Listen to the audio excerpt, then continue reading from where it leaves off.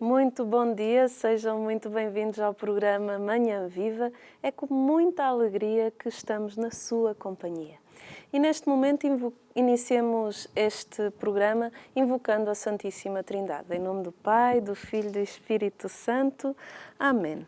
Rezemos a oração que se encontra na revista Canção Nova, que diz assim: Santíssima Virgem, que nos montes de Fátima vos dignastes revelar a 3 pastorinhos tesouros de graças contidos na prática do vosso Santo Rosário, incuti profundamente em nossa alma o apreço em que devemos ter esta devoção a vós tão querida, a fim de que, meditando os mistérios da redenção que neles se comemoram, nos aproveitemos dos seus preciosos frutos e alcancemos a graça da cura da pandemia. Que vos pedimos, se for para a glória de Deus e proveito das nossas almas, assim seja. Nossa Senhora do Rosário de Fátima, salvai-nos, salvai Portugal e o mundo inteiro. Em nome do Pai, do Filho e do Espírito Santo. Amém.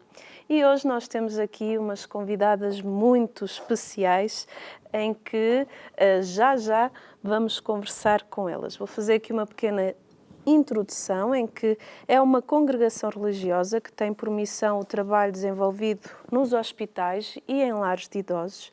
Este apostolado na área da saúde começou quando a fundadora, Madre Maria Teresa de Jesus Eucarístico, teve tuberculose e, indignada perante a situação vivida pelos doentes, decidiu iniciar em trabalho humanitário a fim de oferecer dignidade e esperança para as vítimas dessa doença.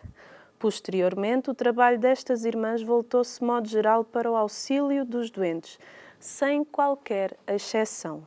Estamos a falar das pequenas missionárias de Maria Imaculada, que nasceram no Brasil, mas já estão presentes em Portugal, no Hospital de Castelo Branco, e estão ainda em Itália e Moçambique. Muito bom dia, sejam muito bem-vindas. Bom dia. Irmã Adriana.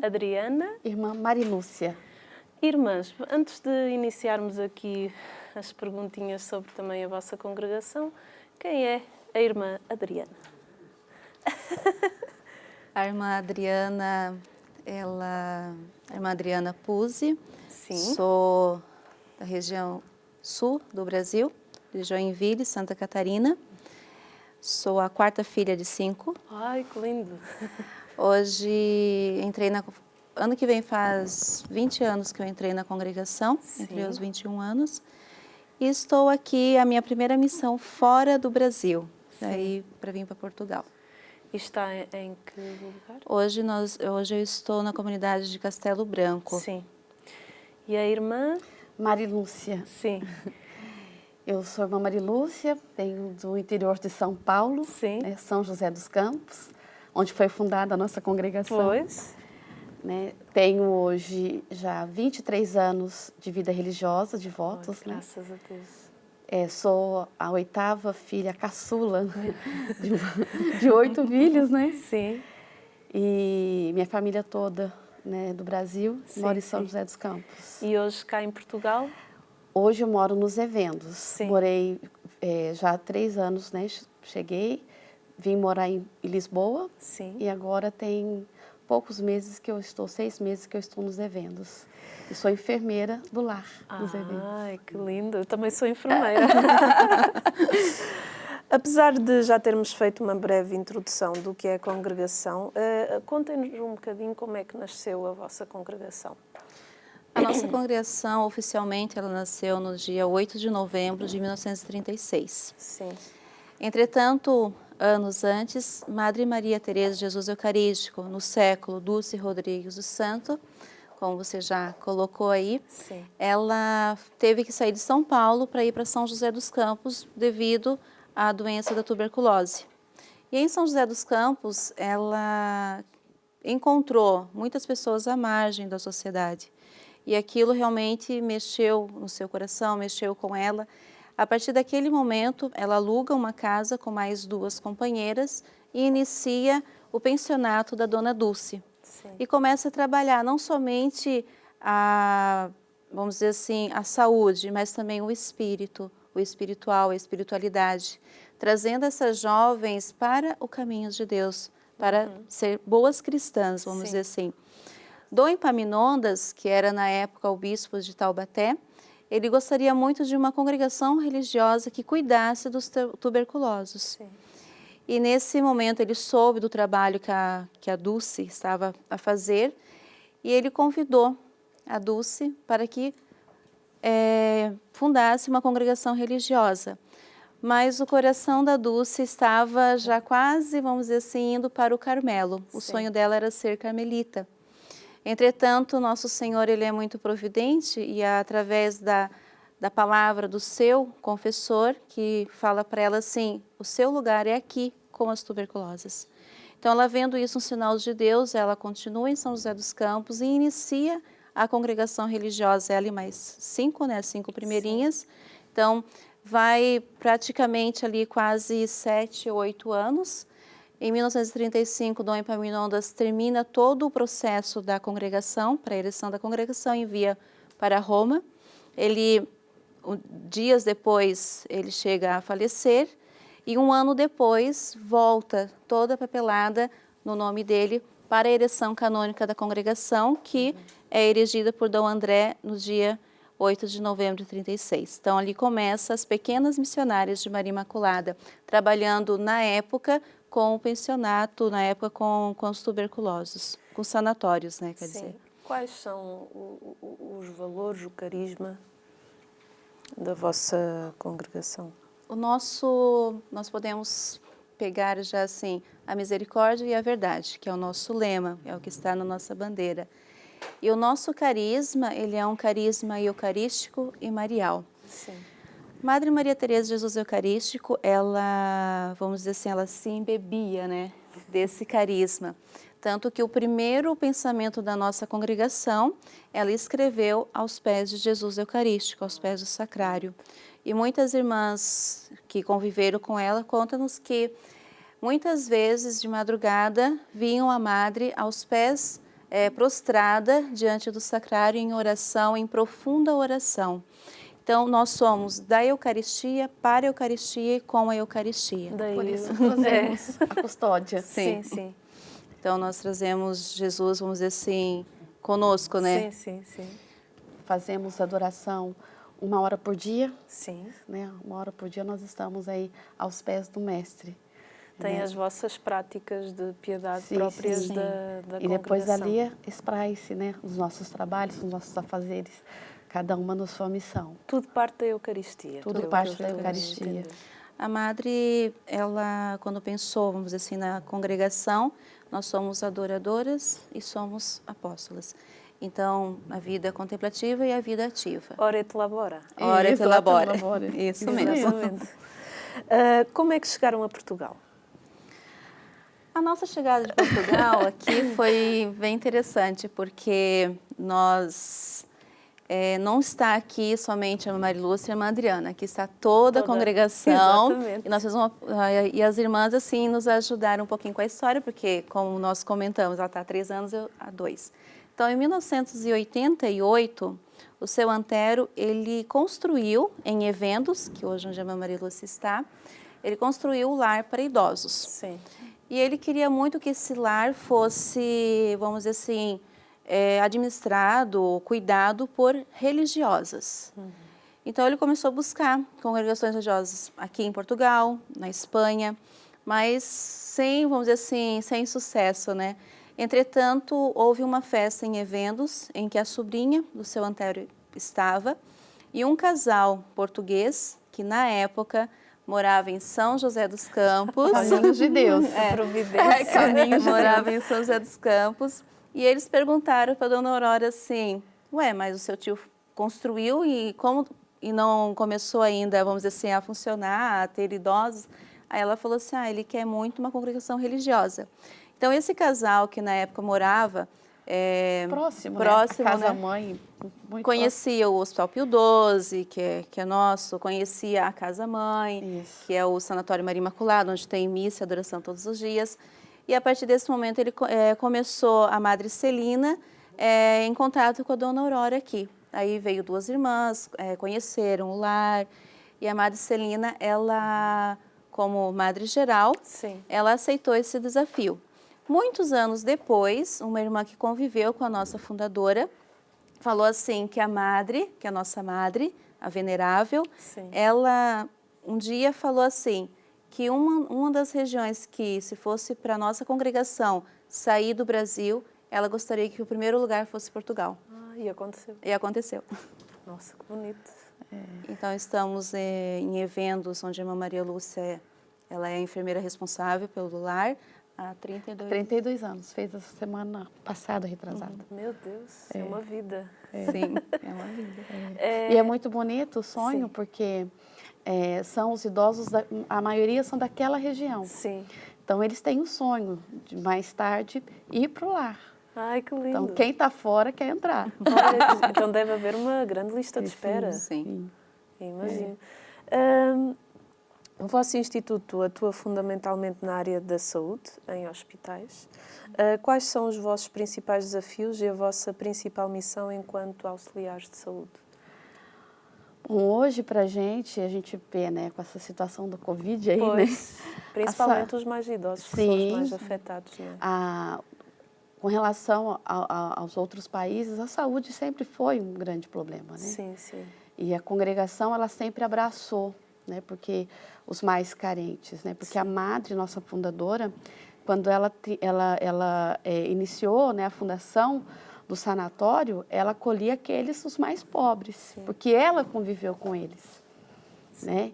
Então, os nossos hospitais também eram para isso. Quando, né, na época que surgiu o antibiótico, os sanatórios deixaram de existir, começaram a apresentar aí os hospitais, né? A nossa Madre tinha essa preocupação, né? A congregação tinha a preocupação, né, de acolher os mais necessitados. Sim. Que eram os doentes. Então, toda a vida teve essa problemática, né? Lá no Brasil é o SUS, né? Que a gente sempre atendeu. Então, e para a gente hoje ainda não é diferente disso, né? Quem chega para a gente geralmente são os mais necessitados. Mesmo aqueles que têm, né, um poder aquisitivo maior, eles se tornam pobres. Porque na doença, ele fica pobre. Na doença, ele perde tudo. É o que eu digo, somos todos iguais. Somos todos iguais. Diferença social. Não temos, né? Então, quando a gente se encontra, se depara com esse doente, a gente percebe bem isso, né? Ele está pobre, né? Muitos chegam para a gente, né, nos nossos hospitais, para morrer mesmo. Né? Quantos e quantos, né? 60 anos que não comunga, não confessa, chega ali na hora para receber uma unção, né? Para estar ali para receber, né, a comunhão e falecem. Então, eu acho assim que para a gente a questão de estar no hospital, estar num lar, uma missão, é isso, né? Estar ao encontro do pobre, do doente. Os vossos hospitais são hospitais da misericórdia, pelo que eu vejo. Sim.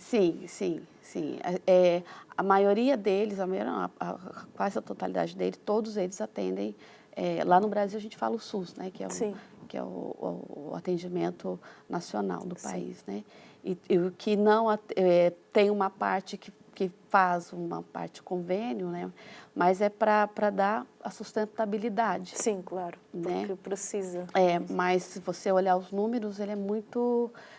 o que atrai são os pobres, né? O que ninguém quer, a gente acaba assumindo, né?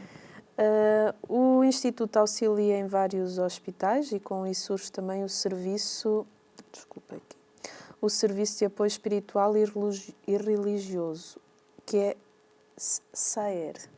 O que é este SAER? Não sei se eu disse corretamente. É a pupila dos meus olhos, né? No Brasil chama-se, vamos dizer assim, a Pastoral da Saúde, que atende realmente, como a irmã falou, assim, essa parte mais, esse auxílio, essa assistência espiritual. Aqui em Portugal existe a Lei 253, de 23 de setembro de 2009, que é a Lei do Serviço de Assistência Espiritual e Religiosa. Sim. Então, esse decreto de lei, ele foi instituído para que todos os utentes, independente da sua crença, independente da sua religião, tivesse, vamos dizer assim, essa assistência enquanto estiverem no hospital. Entretanto, eles podem requisitar o pastor, pode requisitar o padre, pode requisitar... eu tenho costume de comungar todos os dias, então pode requisitar. O SAER, na minha realidade, vamos dizer assim, em Castelo Branco, onde a minha missão no hospital é assistência espiritual religiosa. Então, nós temos uma equipe de sacerdotes também, que todos os dias estão ao pé do doente. Nós temos uma equipe de ministros, nós temos a missa todos os domingos, nós temos a visita, atendimentos, escuta, não só para os utentes, mas também para os colaboradores também. E esse decreto de lei, ele traz os direitos e os deveres do utente. Sim. Então, é baseado na lei, na declaração, vamos dizer assim, que a pessoa ela pode exercer a sua religião, a sua crença onde quer que ela esteja. Então, no caso, a liberdade religiosa. Sim. E no hospital, ele não é diferente. Então, nós, como assistentes espirituais, nós estamos ali para aquele que sofre. Isso é muito importante, porque quando o meu filho esteve doente e as irmãs deram-nos um apoio muito grande pelo WhatsApp, a primeira coisa que a enfermeira nos perguntou foi se nós queríamos assistência espiritual. Nós dissemos logo sim, claro. E o quanto o padre Nuno Viva, ali do Hospital de Leiria, o quanto ele foi fantástico connosco, batizou o nosso filho ali no hospital e tudo.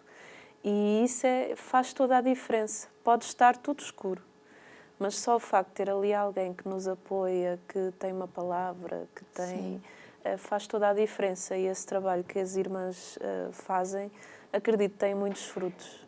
Sim. É um trabalho assim, aqui em Portugal, praticamente nós assumimos o SAER no Hospital Amato Lusitano, em Castelo Branco, no dia 1º de outubro de 2018. Sim. Então, eu estava aqui já 4, 5 meses apenas. E a partir disso, nós temos todo um caminho, formação, um caminho formativo mesmo, onde sempre temos formações aqui em Fátima. Por isso é que venho muitas vezes aqui. Por isso que eu vivo aqui, né? Sim. Minha segunda casa é Fátima. Os nossos encontros, as reuniões dos capelães hospitalares, geralmente se dão aqui. Então, são 2 dias, 3 dias de formação. E a partir daquilo que nós aprendemos, para poder servir melhor, nós trazemos também para a nossa realidade. Sim. Não só aqui em Castelo Branco, mas também algumas coisas que estamos aprendendo aqui, nós também, vamos dizer assim, levamos também para os nossos hospitais no Brasil. No ano passado, nós tivemos uma reunião geral da Pastoral da Saúde da congregação, com todas as irmãs que participam, todo o instituto que participa, que está ligado à Pastoral da Saúde e aqui ao SAER. Sim. Então, foi um encontro, assim, foi muito bonito, muito rico a partilha de muitas coisas que elas aprendem lá, nós aprendemos aqui e nós... Isso tudo realmente é para poder servir melhor o doente, o utente. Sim. Porque, na verdade, a gente pensar que o doente não é só aquele doente ali, né? Ele tem uma família. Uma família, né? Uma história. Uma história. E, às vezes, nessa história só Deus pode tocar. É verdade. Né? Então, e às vezes ali a gente é um instrumento.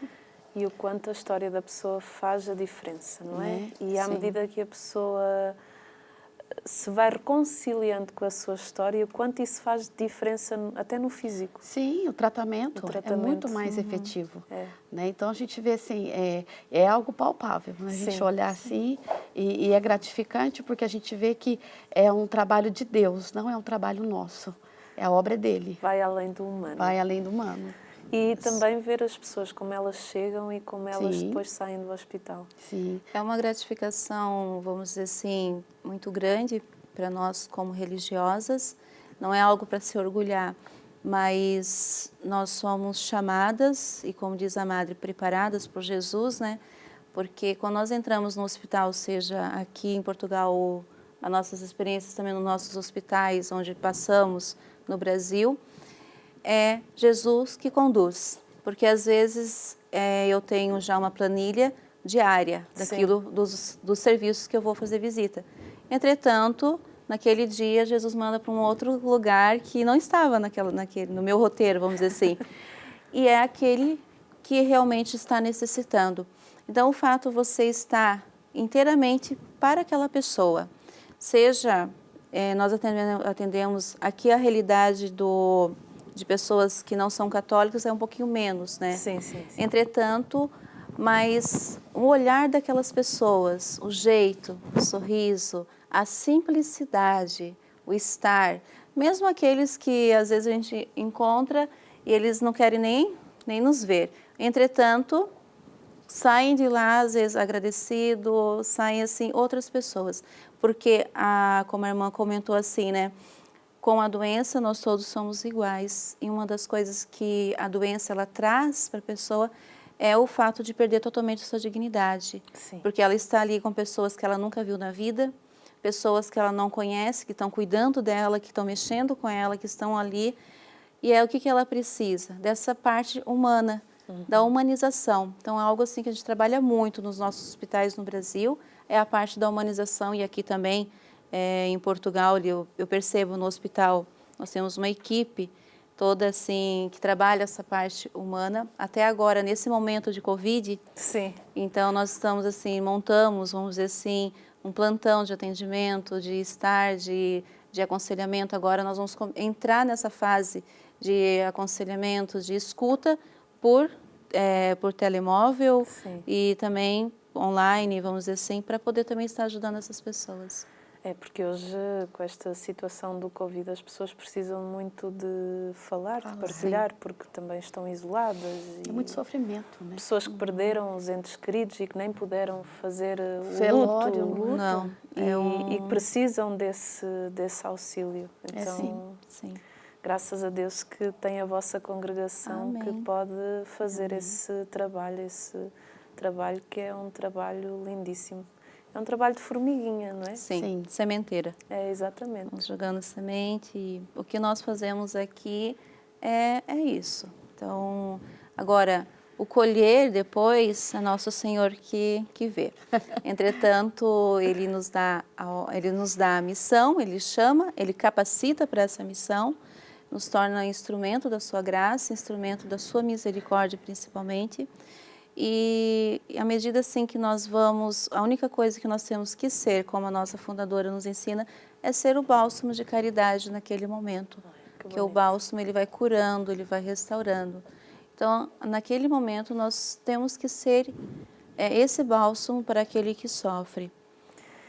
E quem está lá em casa vê aqui uma viola. Eu queria convidar as irmãs a cantarem uma musiquinha para nós e assim encerramos a primeira parte do nosso programa. Nós vamos então, a irmã Marilúcia escolheu, essa música se chama Semente do Amor Foi Semeada, como nós falamos sobre semente, sim, né? E a madre, quando ela chega em São José dos Campos, ela é essa semente, sim, que caiu ao chão, mas que deu muitos frutos. A semente do amor foi semeada, escolhida e por Deus assinalada. Disse sim, não vacilou, confiou. Hoje falamos daquela que se imolou. És madre querida, uma outra preferida. És Maria, és Teresa, és de Jesus, temos certeza. És madre querida, uma outra preferida. És Maria, és Teresa, és de Jesus, temos certeza.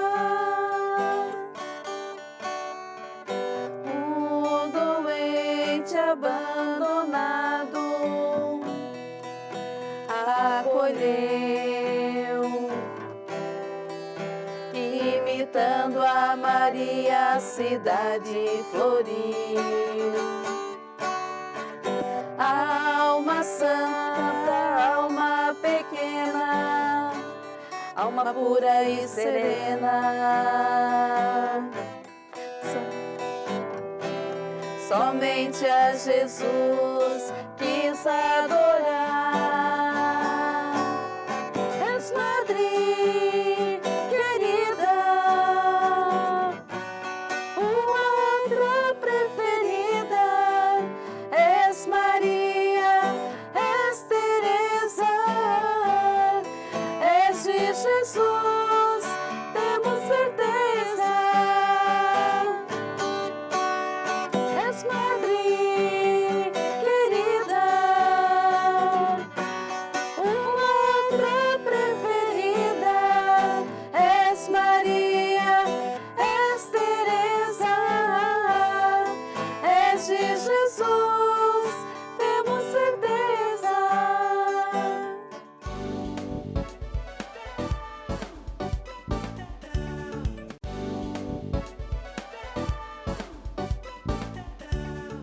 Bem-vindos ao nosso programa Manhã Viva. Estamos na segunda parte e hoje estão connosco as Irmãs Pequenas Missionárias de Maria Imaculada, que nos vieram a explicar um pouco da sua história e da sua congregação.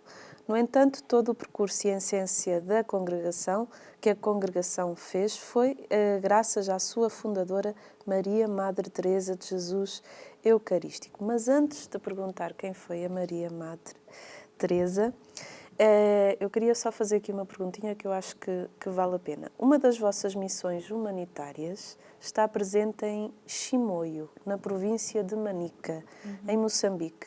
Peço que falem do tipo de evangelização que prestam nas diferentes missões do mundo e em que diferem. Eu acho que isto é importante para quem está lá em casa.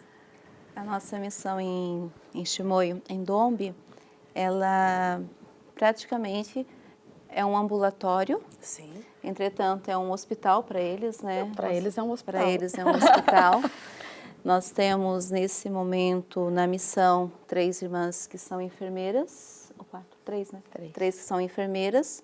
Temos 2 irmãs, uma que, nesse momento, ela está se preparando para a formação e está ajudando na formação dos seminaristas também da Diocese. E uma outra irmã que também ajuda na parte pastoral. Entretanto, a missão humanitária em Ndombe, ela tem o atendimento à população das aldeias ali em volta. Sim. Em torno de, por mês, geralmente, são atendidas praticamente entre 3.000 a 4.000 pessoas nessa missão, né, que entram no ambulatório, vamos dizer assim, atendimento no ambulatório. Esse atendimento, ele também sai desse restrito, desse ambiente que é o ambulatório, e também vai para as aldeias. As irmãs fazem visita às aldeias, as irmãs ajudam também na parte pastoral, na catequese, na formação também. Hoje, existe 2 comunidades, da qual os padres que ajudam também, pediram que as irmãs ficassem à frente dessa comunidade, na animação dessa comunidade, porque eles também não dão conta, são poucos. E as irmãs ajudam também nesse sentido. Aos finais de semana, elas acompanham os padres para missa, visita, vamos dizer assim. Como é uma região muito extensa territorialmente, entretanto, é algo que elas têm que atravessar rio, subir montanhas, às vezes fica 1 ou 2 dias naquela aldeia. Então, é um trabalho que, a partir da saúde física, também trabalhamos a saúde espiritual de muitas pessoas. A nossa missão, ela é junto com a Fazenda da Esperança, que tem um colégio, e a Obra de Maria.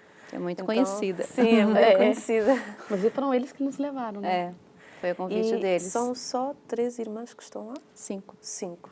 Para esse trabalho? Para esse trabalho. Todo. Bastante. Sim. É mesmo graça de Deus. Agora vamos aqui perguntar, quem foi a Madre Maria Teresa de Jesus Eucarístico? Bom, a madre... Vamos fazer aqui um parênteses. Eu aqui no intervalo estava a dizer que parece que a madre está viva, porque o carinho que as irmãs falam e o brilho no olhar, sempre que falam da fundadora, é muito bonito. Parece que ela está viva ainda. Isso é muito bonito, Com um carisma. certeza. A madre, para a época dela, a gente fala que ela foi uma revolucionária. Sim. Né? Porque 100 ela era, anos à frente, algumas irmãs falam 100 anos à frente. porque ela era muito nova, né? Doente. Frágil. Quando foi para São José, frágil, né? Pela tuberculose. A gente sabe que a tuberculose, né, ela deixava a pessoa muito aquém dela, né? Do ser humano. E para aquela época, né? Enquanto Dulce, a tuberculose, ela era como se fosse hoje HIV positivo. Ninguém queria. Sim. Era como os leprosos no tempo Também, de Jesus, sim, não é? sim. Ninguém queria, né? E ela se viu nessa posição, porque ela também teve, Sim. né? Ela também teve que ser cuidada. Então, a madre, com essa experiência toda, né? Ela pensou lá na frente, e não nela. Sim. Porque ela já era uma pessoa muito frágil de saúde, né? Como não pôde ser carmelita, foi ajudar as outras pessoas, né? E a madre, ela sempre teve esse olhar, né, para a Eucaristia, né? E é muito interessante porque, assim, ela fazia, né, disso dar frutos, né? Como, né? Pela santificação dos sacerdotes. Né? Então, nada na vida da madre foi em vão, nada. Né? Então, todo o sacrifício, né? A gente vê as histórias assim dela, o quanto que ela sofreu para poder levantar uma casa, como todos os fundadores, né? Sim. A gente vê as histórias deles, assim, é são uma muito força difíceis. que é do Espírito mesmo, né? É Deus, né? Então, ela ia, né? E a gente pensar que quando era fundado um sanatório, a maioria dos sanatórios, quando eram homens, pavilhões, né? Então, teve casa com 500, né? Então, você imagina assim, né? E a madre, ela colocava aquilo ali, trabalhava, né? Para o reino, né? Era para o reino. E as irmãs acompanhavam, né? Porque viam nela, né, aquela presença de Deus e que era a vontade de Deus. Sim. É um carisma que eu falo assim, foi muito corajosa para a época dela. Foi mesmo. Né? A madre, então, assim, ela sempre foi, a gente olha assim, aquela pessoa firme, mas ao mesmo tempo carinhosa, né? Mãe, até porque todos que passaram, as irmãs que foram cuidadas pela madre falam, né? Tinha uma que eu convivi com ela, ela dizia assim, eu tinha muita dificuldade de comer, né? Então, de deglutir, e de repente aparecia perto da minha cama, ela com purê de batata, porque era algo que eu conseguia comer. Né? Então, se a madre ela era muito atenta ao cuidado do outro. Às necessidades das pessoas. Sim. Sempre. E a madre, a gente vê também essa questão, né, do cuidado que ela tinha com o altar, com o sacerdócio, porque é ele que traz Jesus até nós. Sim. E tudo parte da Eucaristia. E tudo parte da Eucaristia. Então, todos os nossos sacrifícios, né, nossas imolações, tudo a gente oferece pela santificação dos sacerdotes. Muito bonito. Né? A madre, ela se ofereceu, né? Ela se imolou pela santificação dos sacerdotes. Isso é né? muito bonito. Então, isso para a gente é um espelho, né, de vida. Né? Até que a gente é longe, né, de muitas vezes.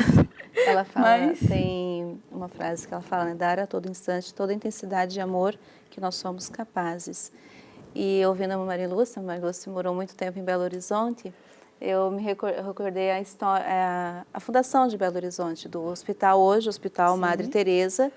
Na época ele era um sanatório. Ele, na verdade, ele era alguma coisa lá parecida com sanatório. Era para ser, né? Mas não era. E era muito triste, né? Era muito triste porque assim... Era um lugar sujo. As pessoas iam para o sanatório, que elas tinham de valor, elas levavam galinha, porco, pato. Então, no meio dos doentes, também tinham esses animais que perpassavam por eles. E apareciam outras doenças também. Né? E as pessoas, porque elas sabiam que iam morrer, então elas não tinham muito em que esperar. Sim. Né?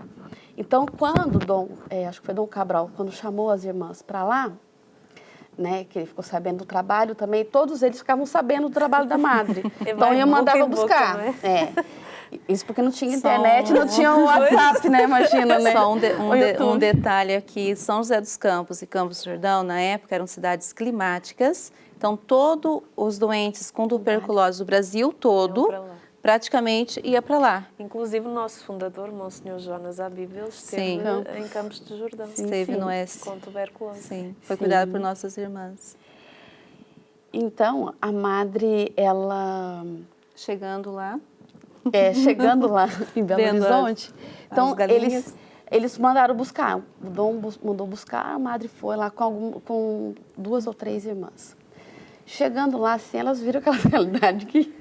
Assustou. não tinha condições. Porque não tinha condição, né? Não tinha. E a madre ficou com muita pena, né? E ela começou a andar Em silêncio. em silêncio com as outras irmãs. E isso é escrito em ata, a Sim, próprio sim. punho, né? Então ela fala que quando as irmãs falam assim, ninguém quer aquilo ali. As irmãs Ninguém todas apreensivas, falando assim, madre, vamos embora. E assim, tipo, já querendo já. Sim. E a madre em silêncio, caminhando pelo local. E de repente a madre se depara com uma luz, né? Vermelhinha, bem fraquinha, escondida, no meio daquela confusão. E a madre, ela não usou do voto de obediência para que as irmãs ficassem lá com ela. Bom, se vocês quiserem ir, podem ir. Mas se ele está aqui, nós podemos ficar. Ai, meu Deus, que Essa forte. luz era uma capela que era escondida, né, vamos dizer assim. E ela, como se ela fosse direto para o sacrário. E ela fala para as irmãs, se Jesus está aqui, nós também podemos ficar. E a partir de então, as irmãs ficaram com ela, Porque né? Jesus estava lá, né? E essas irmãs, então, desde então, começou o trabalho lá com os tuberculosos, né? Que teve vários nomes, né? E hoje é um hospital, grande, quem né? diria. Mas é bonito de ver porque a madre, ela não forçou ninguém a nada. A madre não forçava ninguém a nada, né? E é o próprio Deus, né, que coloca o desejo no coração de cada um de estar onde tem que estar. E Deus não força, Deus respeita a Não, ele é liberdade. livre. Deus convida, né? Ele Deus fala convida. à consciência, aí Sim. nós livremente decidimos, não é? Sim. E é bonito que a partir daí as coisas começam a acontecer, né? A gente vê assim, as marcas de Deus começam, né, a acontecer, porque a partir daí tudo muda, tudo mudou na congregação. Né? E onde a gente está, e aonde a gente está, a congregação, ela passa, a gente percebe a marca, né? A marca da madre. Não tem como a gente falar assim, não, isso aqui não é pequena missionária. Não tem como, até a gente olha, não, isso aqui é pequena missionária. Né? Sim. Olhando para vocês, para o vosso hábito, todo branco, podem explicar? O nosso hábito, ele aqui é o renovado, né?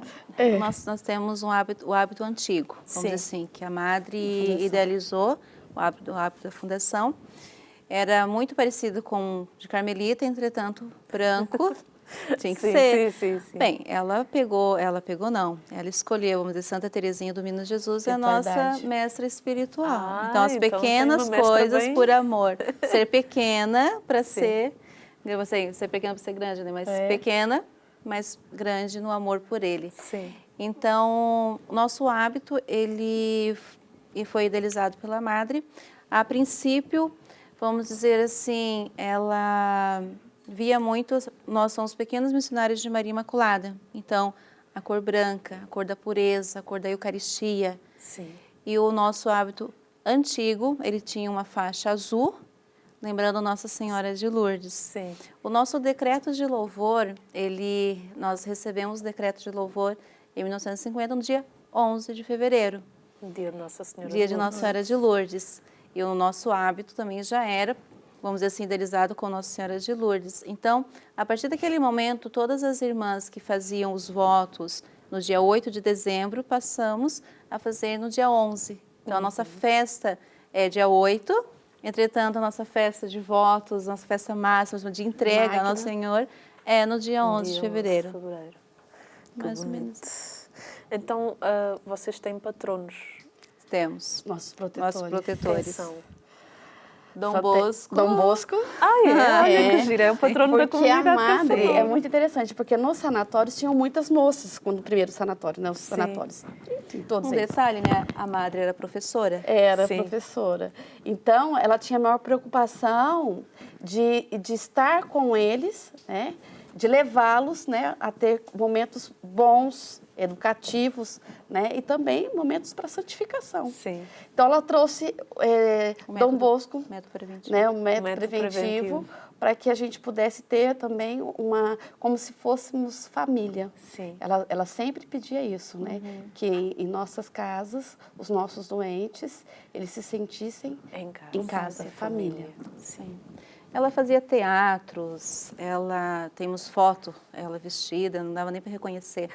Aí ela era muito assim, muito ativa, sabe? Determinada, boa, verdadeira, mas muito assim, criativa também. E algumas irmãs também ela aprontava algumas com as irmãs. Teve só um parênteses, né? As irmãs queriam muito comer jabuticaba. Não sei se aqui Sim. tem jabuticaba em Portugal, eu nunca não, vi. Não, mas é parecido... Parecido, não sei com o quê. Tá em árvores, assim. Ela fica em árvore, assim, é pretinha, assim, docinha e uma delícia. Maravilhosa. Assim, maravilhosa. Eu só comi no Brasil. Vamos dizer que é a cereja daqui, então. Sim. Pronto, mais ou menos É isso. muito boa. E as irmãs queriam muito, mas queriam comer no pé. E era Sim. fora de época. E era fora de época. Ah, Aí a madre, isso na casa-mãe, ela comprou jabuticaba. Silenciosamente ela foi lá, fez aquela cola de farinha, farinha de aquela cola trigo. antigamente, assim, Sim. sabe, que nossas avós assim faziam. E ela colou as jabuticaba Nas nas árvores. E na hora do recreio do almoço, ela convidou as irmãs, vamos dar uma volta no quintal? Vamos dar uma volta aqui na nossa quinta, vamos dizer assim, né? Quando as irmãs olharam assim a jabuticaba, a madre, vocês não gostariam de colher jabuticaba? Então, assim, ela fazia tudo no silêncio. sim. E era só você falar um desejo que ela... Ela, assim, ela era uma pessoa muito determinada. Às vezes alguém fala assim, mas você conheceu? Algumas irmãs falam, você já conheceu? Pois é, isso que eu falo. Não cheguei a conhecer, assim, pessoalmente. Ela faleceu em 72, né? Eu Sim. entrei em 2001 na congregação. Em 72 também já nem... Mas a madre, ela é muito presente em tudo. E hoje eu vejo, assim, que nós temos acesso aos seus escritos, acesso às origens, que é a voz dela também, que temos isso é ótimo. algumas coisas assim em áudio. E as notas íntimas dela também, temos alguma coisa assim. E a madre, e o fato que quando nós somos chamadas para viver um carisma, nós somos chamadas para esta congregação, Nosso Senhor, ele já vai jogando essa semente, já vai assim, nós nos identificamos com o carisma. Não tem como eu falar assim, eu vou ser Clarissa. Não, eu sou pequena missionária de Maria Imaculada, não tem como dizer que não. Sim. Então, esse carisma que foi infundido no coração dela, através do Espírito Santo, ele vai. E a madre fala assim, que na Santa Ceia, no dia em que Nosso Senhor instituiu a Eucaristia, ele já pensava na nossa congregação. Meu Deus, que forte, que bonito. E temos também Santa Inês. Nós ficamos só em um, né? São cinco. São Santa cinco. Inês. Santa Inês, Dom Bosco, Santa Inês, Santa Terezinha. Santa Terezinha, porque Santa Terezinha, ela é o caminhozinho. Por isso é que ela tem o nome Teresa de Jesus? Não, Teresa de Ávila. Teresa de Ávila. Ok. Por ser Já vamos lá, então. Grande fundadora. Santa Terezinha, pronto. E Santa Teresa, Sim. né, que é um dos nossos protetores também, e São Francisco de Sales. Ai, Por causa da doçura, né? Sim, do amor. Do amor e da doçura, né? Então, assim, a madre, eu falo que ela foi muito delicada ao espírito, na docilidade do espírito, porque ela soube ali, né, igual o beija-flor, alimentar de cada santo protetor para poder nos moldar, né? Para sermos realmente trilhar esse caminho de santidade. Nossa, que bonito. Temos também São Geraldo Magela, que ele foi redentorista, né? Mas pelo seu grande amor à Eucaristia também, é um dos nossos protetores. São José também, Sim. que é nosso patrono. Pronto. São José dos Campos, nasceu lá. Então, e porquê o nome então de Teresa de Jesus Eucarístico. Dom Epaminondas, ele que praticamente nos deu o nome, né, Foi da congregação Pequenas Sim. Missionárias, o pequena pelo caminho, né, Sim, ser sim, pequena. E quando ele foi escolher o nome Madre, ele fala assim, né, eu escolho para a Senhora o nome de Madre Maria Teresa de Jesus Eucarístico. O Teresa, sendo, como a irmã Maria Lúcia falou, assim, a fortaleza, né, de Santa Teresa de Jesus por ser fundadora. E também o Jesus Eucarístico, Teresa de Jesus, Sim. né? E o Eucarístico por causa do nosso carisma da Sim. Eucaristia. Então, a nossa congregação, eu falo assim, para muitas pessoas, a nossa congregação, ela nasce da Eucaristia. Eu não, né? A madre que fala, né? Eu só passo. Então, a nossa fonte realmente é a Eucaristia. E Teresa de Jesus Carmelo, Teresinha também de Jesus Carmelo, tem aí um bocadinho. Tem, sim, não tem. É? Sim. A madre, ela, como ela acredita, como ela queria muito ser carmelita, é claro que ela estudava muito, ela lia muito também. Então, as obras de Santa Teresa, provavelmente o Dom Epaminondas, eu acredito que foi o Dom Epaminondas que também tem um dedinho dele, porque Dom Epaminondas, quando ele ficou doente, em vez de darem para ele as obras completas de Santa Teresa, entregaram para ele o livro de Santa Teresinha. Por engano. Por engano. Compraram Sim. por engano. Isso foi em 1923. Santa Teresinha tinha sido beatificada, apesar que fez 97 anos a beatificação dela, né? E ele começou, então, a ler Santa Teresinha também. E aí juntou, né, os dois, que ele gostava muito de Santa Teresinha, tanto que ele foi a primeira igreja dedicada a Santa Teresinha. Eu falo que é no Brasil, mas os salesianos brigam comigo e falam que não é em São José dos Campos, é de São Paulo. Então, as duas, vamos dizer assim, que as duas têm mais ou menos a mesma idade. Então, foi em Taubaté, que hoje é o Santuário de Santa Teresinha. Então vejo que a madre gosta muito de Santa Teresinha de Jesus e a madre gosta muito de Teresa d'Ávila, não é? É muito bonito. Olha, isso. eu até me arrepio, mas não adianta. Uma vez eu fui dar uma formação para as nossas pré-noviças que não era nada a ver sobre Santa Teresinha. E eu falando, elas olhavam para mim assim, aula de Santa Teresinha, não. Mas é porque ela é nossa mestra Está no vosso espiritual, carisma. então Então, as pequenas coisas, ser pequena. Então, Santa Teresinha, ela coloca o amor, né, como fundamento. E o amor, quem é o amor? Sim. Se não é Jesus Eucarístico. Não vamos conseguir fazer todas as perguntas, porque o programa está quase a chegar ao fim, mas também sabemos que aguarda-se o processo de beatificação e canonização da Madre. Como é que se deu este reconhecimento? Falem-nos também do milagre. Na verdade, assim, as graças, né, são muitas, né? Até porque a madre, ela foi da cidade ali, né? Sim, sim. Então, muitas pessoas do passado ali, da região, conheceu a madre. Sim. Né? E também os nossos hospitais.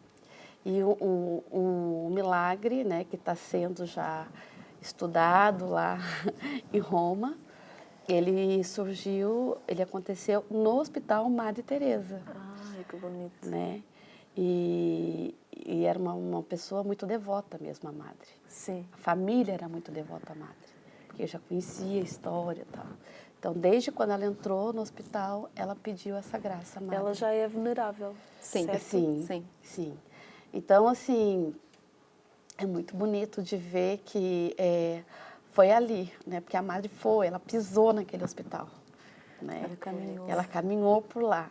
Eu tenho certeza, eu morei lá quase 20 anos, né? E eu falo que eu tinha certeza que a madre caminhava por lá, né? E é verdade mesmo. E a gente percebe nesse milagre, assim, né? O quanto que ela esteve presente. Sim. Né? E a gente reza e pede muito a Deus que aconteça de fato, e né? nós vamos seja também reconhecido. rezar, e quem está lá em casa também vai rezar para que nós foi marcado uma reunião com a comitiva do Vaticano para o dia 2 de abril. Sim. Entretanto, agora o Covid, né? Pois. Agora temos que rezar para que seja remarcado. Mas só um detalhe interessante que quando o Papa Francisco, ele, reconheceu as virtudes heróicas que passou de servas de Deus para venerável, foi no mesmo dia em que ia ser anunciada a beatificação do Padre Anchieta. Entretanto, todos os sinos de São Paulo estavam programados para tocarem ao meio-dia. Só que o Papa adiou para outro dia e ninguém sabia por quê. No outro dia, quando ele anuncia a beatificação do Padre Anchieta, beatificação, canonização, ele anunciou o reconhecimento das virtudes heróicas de Madre Maria Teresa de Jesus Eucarístico, fundadora. A gente ficou assim, ó. Nem vocês sabiam. Não. Nós não sabíamos, porque essa foi uma surpresa. Ai, que lindo. Muito grande. Então, para nós foi um carinho de Deus mesmo. Sim. Foi feita uma missa de ação de graças. Eu nem lembro se era formando, não sei que a gente não sabia nem por que estava ali, mas estava ali, né? Então, acompanhar o processo de canonização da Madre, muitas, como a Maria Luz, que é mais velha do que eu aqui, né? Desde o comecinho, desde 90, entretanto, eu peguei já o finalzinho, né? É muito interessante, porque as irmãs, elas contam, então isso fica muito vivo. Sim, vai sendo perpetuado. E agora as temos- irmãs, eu acho que o bonito da história foram que muitas irmãs que moraram com a Madre. Sim. Entende? Então, todo o processo foi feito através dessas irmãs que moraram com a Madre. Né? Então, testemunhas vivas, graças né? a Deus, elas estavam ainda vivas, e todas elas puderam falar um pouquinho. Né? E isso, para a gente, foi um presente. Né? E o nosso programa está a chegar ao fim. Eu quero agradecer a vossa presença e vamos terminar com uma música. Pode ser a mesma. Pode. Eu nem sei onde eu coloquei.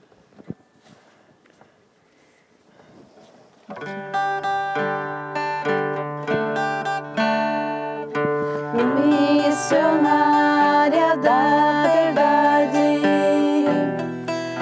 e do amor, anjo que é a bondade irradiada, que passou por esta terra e nos deixou a nostalgia da sua doçura e alegria. És Madre querida, uma outra preferida. És Maria, és Teresa, és de Jesus.